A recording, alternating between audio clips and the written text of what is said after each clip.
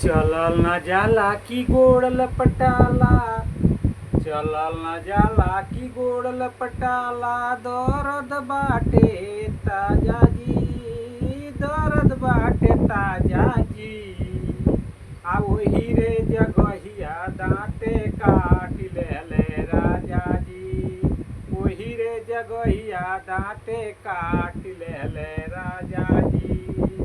चलल न जाला की गोड़ लपटाला, चलल न जाला की गोड़ लपटाला। दर्द बाटे ताजा जी, दर्द बाटे ताजा जी।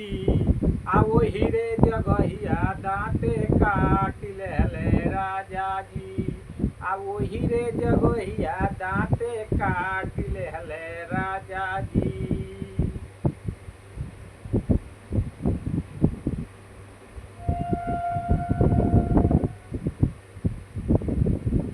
रतिया रह कहाँ सैया बतावतनी, रतिया रह कहाँ सैया बतावतनी।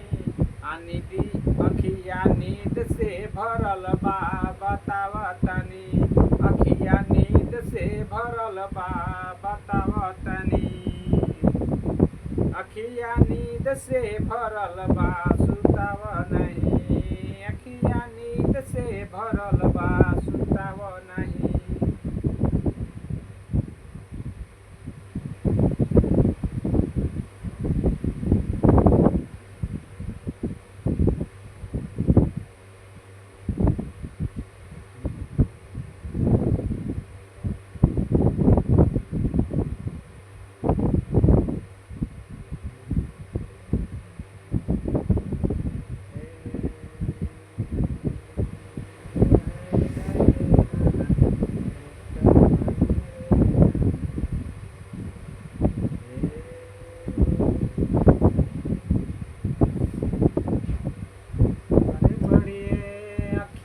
के पुतरी सरगवा लेके उतरी, मुनरी कहाँ गइले ना, मुनरी कहाँ गइले ना।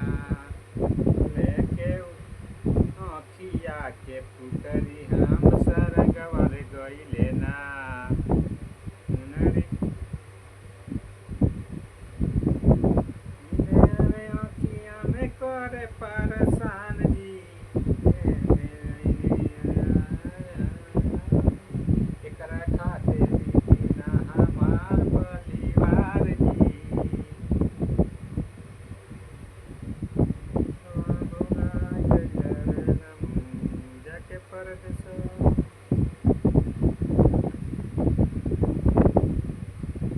छोड़ी मुस्कान तू जान ले बुका, छोड़ी मुस्कान तू जान ले बुका। आ तू गो रसेली के डराम ले बुका, तू गो रसेली के डराम ले बुका। छोड़ी मुस्कान तू जान ले बुका, आ तू गो रसेली के डराम ले बुका।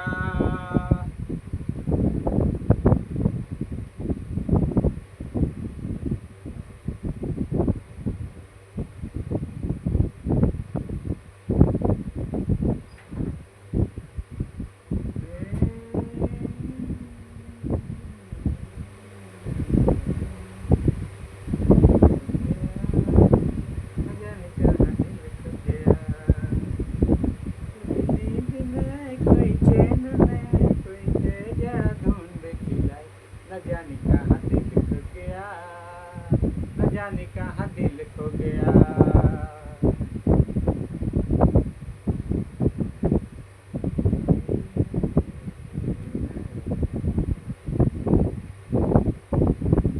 हमरा पियावा के दुई गोलो भो,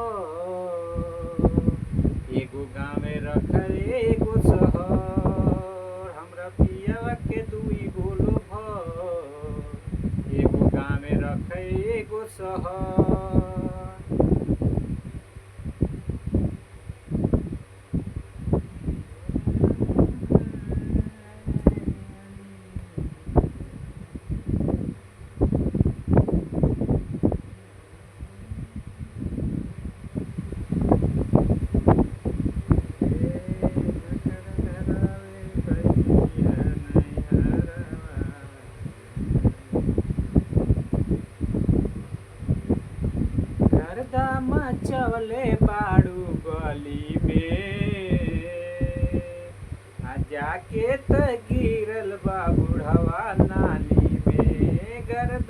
मचवले बाड़ू गली में, आजा के त गिरल बुढ़वा नाली में।